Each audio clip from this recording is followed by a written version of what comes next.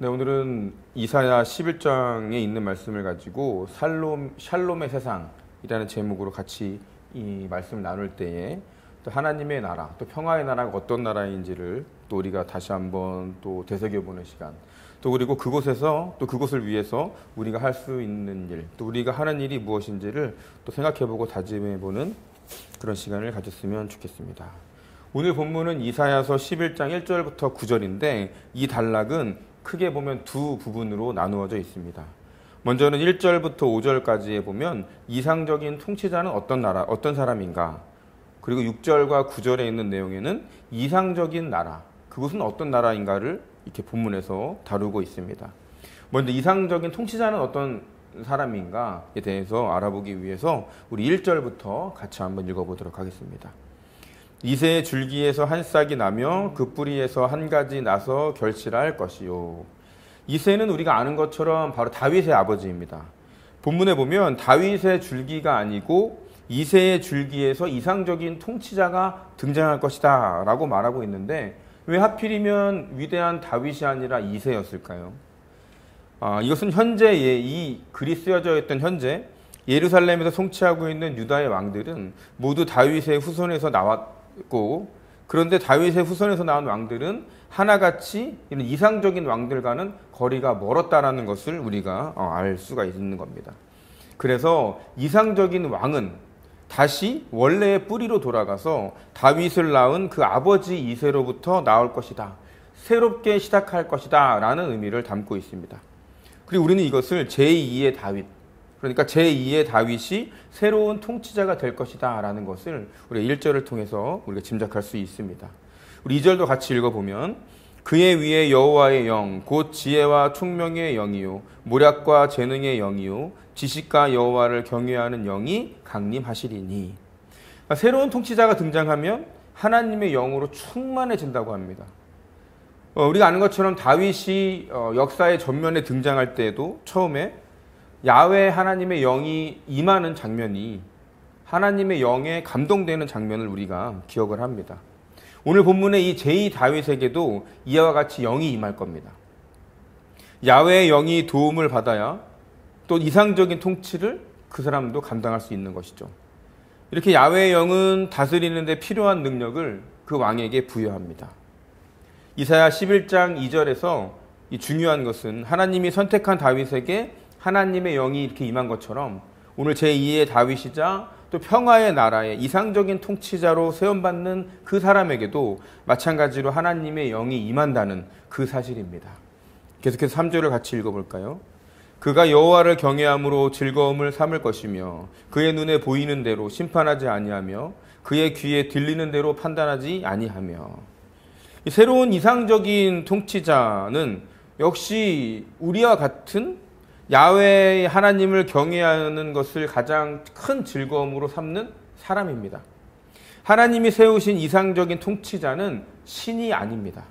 이 지도자는 하나님의 영이 임함으로 인해서 하나님을 경외하면서 살아가는 그런 하나의 인간인 것입니다. 한 인간으로서 심판하고 판단해야 하는 임무를 수행하고 있긴 하지만 하나님의 영이 임했기 때문에 일반적인 지도자들과는 다른 판결을 할 거예요. 일반적인 지도자들은 눈에 보이는 대로 또 귀에 들리는 대로 심판하고 판단을 하는 반면에 이상적인 통치자는 하나님의 눈과 귀를 가지고 그들을 판단하는 자입니다. 하나님의 영을 통해 하나님의 눈과 귀로 판단하는 자가 이상적인 통치자죠. 그리고 이 판단은 인간의 눈을 사로잡는 겉으로 보이는 외형적인 특성에 의해 이루어지는 것이 아닙니다. 우리 4절을 같이 읽을 텐데 이 4절은 이 점을 더 구체적으로 설명해 주고 있어요. 4절 같이 읽어봅시다.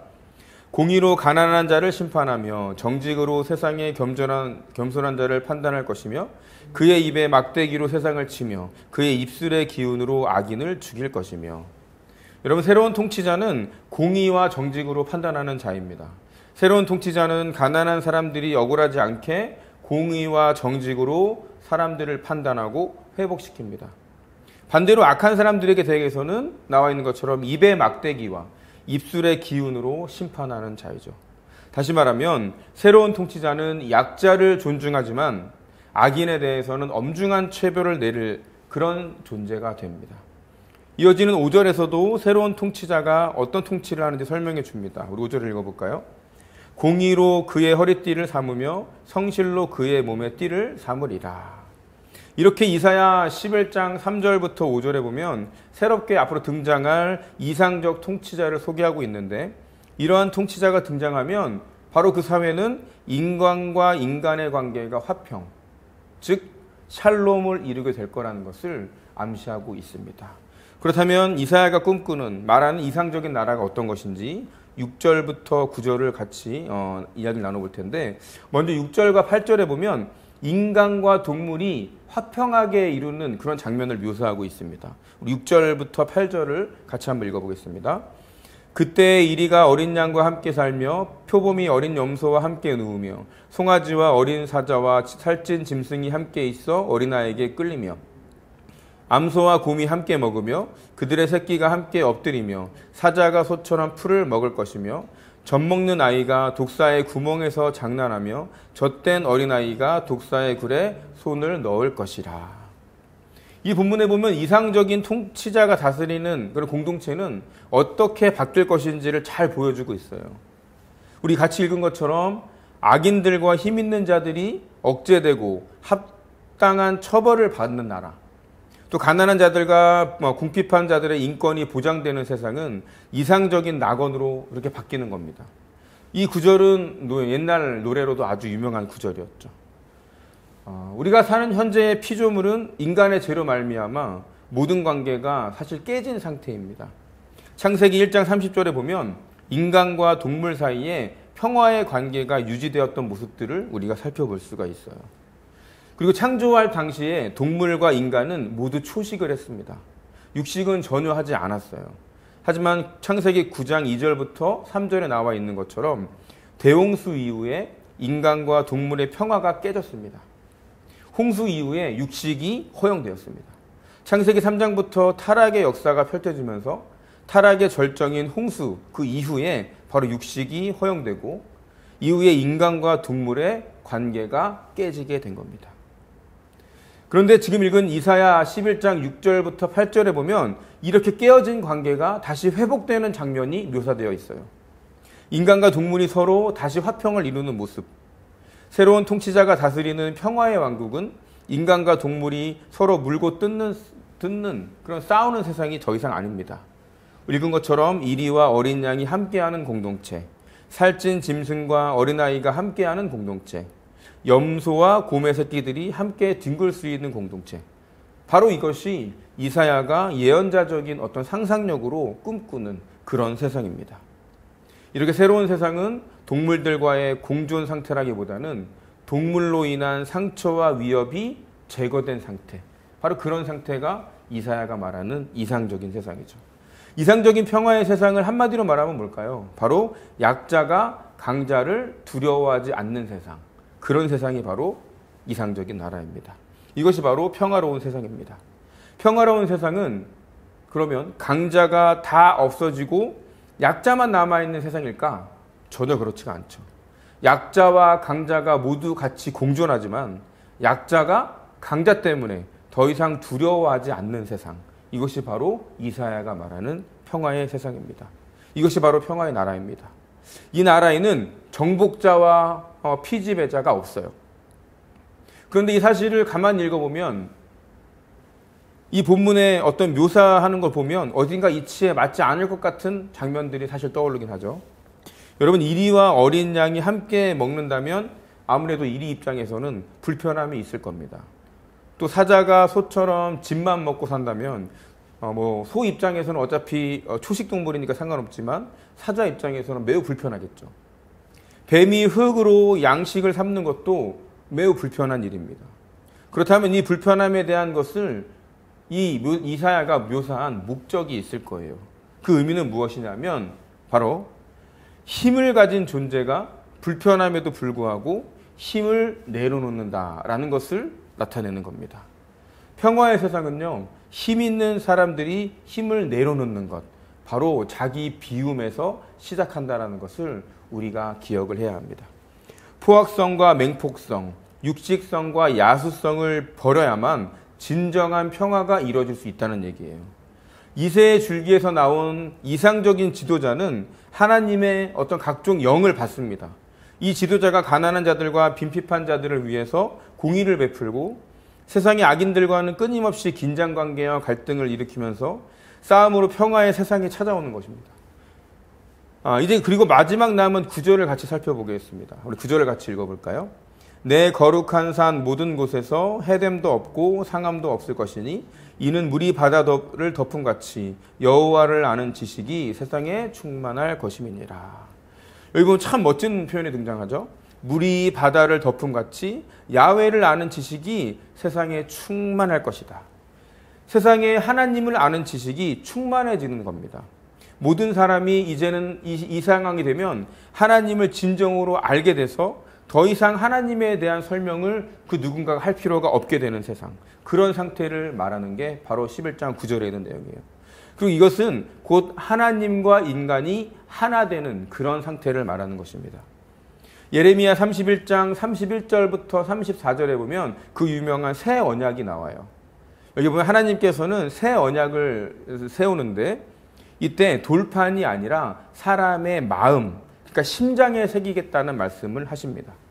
성경에서 이 심장은 주로 이성의 자리를 뜻하기 때문에 심장에 새긴다라는 말은 결단하게 한다라는 말이에요. 그러니까 심장에 토라를 새긴다는 것은 토라가 그 사람을 지배하게 된다는 것입니다. 말하고 행동하기 전에 이제는 생각과 결단이 하나님으로부터, 그러니까 토라로부터 나오는 상태, 그것이 바로 새 언약을 이룬 상태입니다. 말하고 또 그렇게 누구도 더 이상 하나님을 가르칠 필요가 없게 되는, 온 세상에 하나님이 충만한 상태가 이르게 되는 것입니다. 이것이 바로 새 언약에 담겨있는 사상이었어요. 지금 11장 9절의 이사야는 예레미야에 나오는 이 새 언약의 꿈을 같이 꾸고 있는 것입니다. 여러분, 지금 11장 1절부터 9절까지를 간략하게나마 우리가 같이 살펴봤는데, 하나님의 영으로 무장한 통치자가 등장하면 파괴된 인간관계가 회복되고, 또 인간과 동물, 또 자연과의 관계가 회복되고, 마지막으로는 인간과 하나님과의 관계가 회복됩니다. 파괴된 관계를 회복시키는 자가 바로 새로운 세상의 통치자가 되는 거예요. 따라서 새로운 이상적 통치자는 가르치는 자가 아니라 약한 자를 품는 자가 될 것입니다. 그가 바로 우리가 알고 있는 예수 그리스도입니다. 그리고 이 메시아가 다스리는 평화의 나라, 바로 하나님의 나라인데, 이 하나님의 나라에는 여러 가지 특징이 있지만 우리 마지막으로 하나님의 나라가 어떤 나라인지 우리 말씀을 토대로 세 가지만 간략하게 얘기하고 이야기를 마치도록 하겠습니다. 첫째로 하나님의 나라는 어떤 나라냐? 하나님 예수 그리스도로 다스리시는 하나님의 나라는 바로 하나님의 영이 주도하는 나라라는 겁니다. 이상적인 통치자는 하나님이 부어주시는 각종 영으로 무장한 사람이라고 했어요. 지혜와 총명의 영, 모략과 재능의 영, 지식과 야훼를 경외하는 영으로 충만한 사람이 돼서 하나님과 소통하고 하나님의 지시에 순복하는 자입니다. 하나님의 나라는 인간의 가르침에 휘둘리는 것이 아니라 하나님의 가르침에 절대적인 어떤 권위를 두고 살아가는 세상입니다. 세상의 가르침이 힘을 잃게 되고 하나님의 가르침과 메시아 예수 그리스도의 가르침이 그 힘을 발휘하는 것이 바로 우리가 꿈꾸는 그런 하나님의 나라의 첫 번째 특징입니다. 두 번째, 평화의 나라. 그러니까 하나님의 나라는 힘 있는 자들이 자기를 비우는 나라가 될 것입니다. 평화의 나라는 힘 있는 자가 자기 스스로를 비움으로 가난한 자의 눈물을 닦아주는 나라가 될 것입니다. 힘 있는 자가 스스로를 낮춰야 이루어질 수 있는 일이죠. 이리와 곰과 그리고 사자가 초식동물로 어쩌면 식성이 바뀌고 평화의 행진을 주도하는 그런 나라가 바로 평화의 나라죠. 사회의 가장 연약한 지체인 젖먹는 아이도 또 막 젖된 아이도 평화를 이끄는 지도력을 발휘할 수 있는 나라가 바로 하나님의 나라입니다.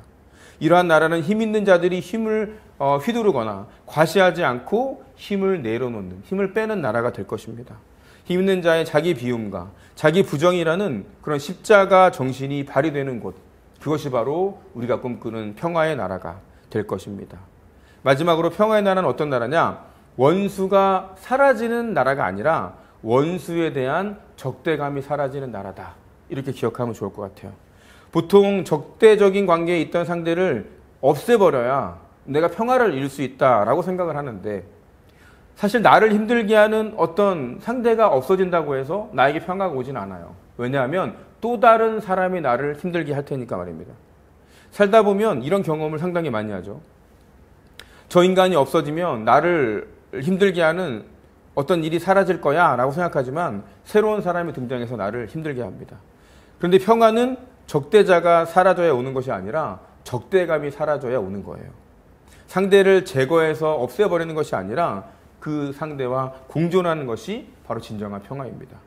공존은 하지만 그를 향한 적대감이 사라지는 것, 그것이 바로 예수 그리스도께서 꿈꾸시고 예수 그리스도가 통치하시는 바로 하나님의 나라가 될 것입니다. 예수님은 하나님의 영이 임하자 공생의 사역을 시작하셨어요. 그 후로 평화의 나라는 여전히 현재 진행형입니다. 그리고 예수 그리스도께서 다시 재림하실 때 그 나라가 완성되는 거죠.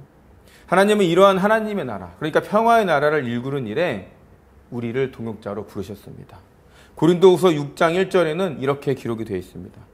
우리가 하나님과 함께 일하는 자로서 너희를 권하노니 하나님의 헛되이 받지 말라. 하나님은 함께 일하는 자, 그러니까 동역자로 우리를 부르셨어요. 샬롬이란 말은 하나님이 우리에게 주시는 선물인 동시에 우리 그리스도인들이 마땅히 애써 이루어야 할 책무이기도 합니다. 여러분, 평화는 하나님이 주신 선물입니다. 그렇기에 이 샬롬은 하늘로부터 내려와야 돼요. 샬롬은 분명 하나님으로부터 주어지는 선물이 맞습니다. 하지만 하나님께서 우리를 동역자로 부르셨기 때문에 샬롬은 우리가 함께 힘써 이루어야 할 책무라는 사실을 우리가 다시 한번 기억을 해봐야 합니다. 오늘 본문에서 이사야가 꿈꾼 샬롬의 세상, 이것은 하나님이 가지고 오는 선물임과 동시에 하나님의 동역자로서 부름받은 저와 여러분이 같이 만들어가야 할 책무가 있는 그런 세상입니다. 우리는 이 땅에 정의와 평화가 서로 입맞추게 그렇게 함으로써 샬롬의 하나님 나라를 이루어가야 할 책임이 있다는 것을 다시 한번 깨달아야 합니다. 그리고 정의를 이루는 것이 샬롬으로 향하는 지름길인 것을 우리 지난주에 이어서 같이 생각해 봅니다. 물론 이 하나님의 나라는 종국에 하나님이 반드시 평화의 나라를 완성하실 겁니다. 이사야와 같이 평화의 꿈을 꾸고 이러한 삶이 우리 현실이 될 수 있도록 그 꿈을 삶으로 살아내는 평화의 사도로서 우리가 이루어야 할 이름을 우리가 다시 한번 기억해서 한 주간 주님의 이름으로 살아가는 저와 여러분이 되시기를 주님의 이름으로 축원합니다.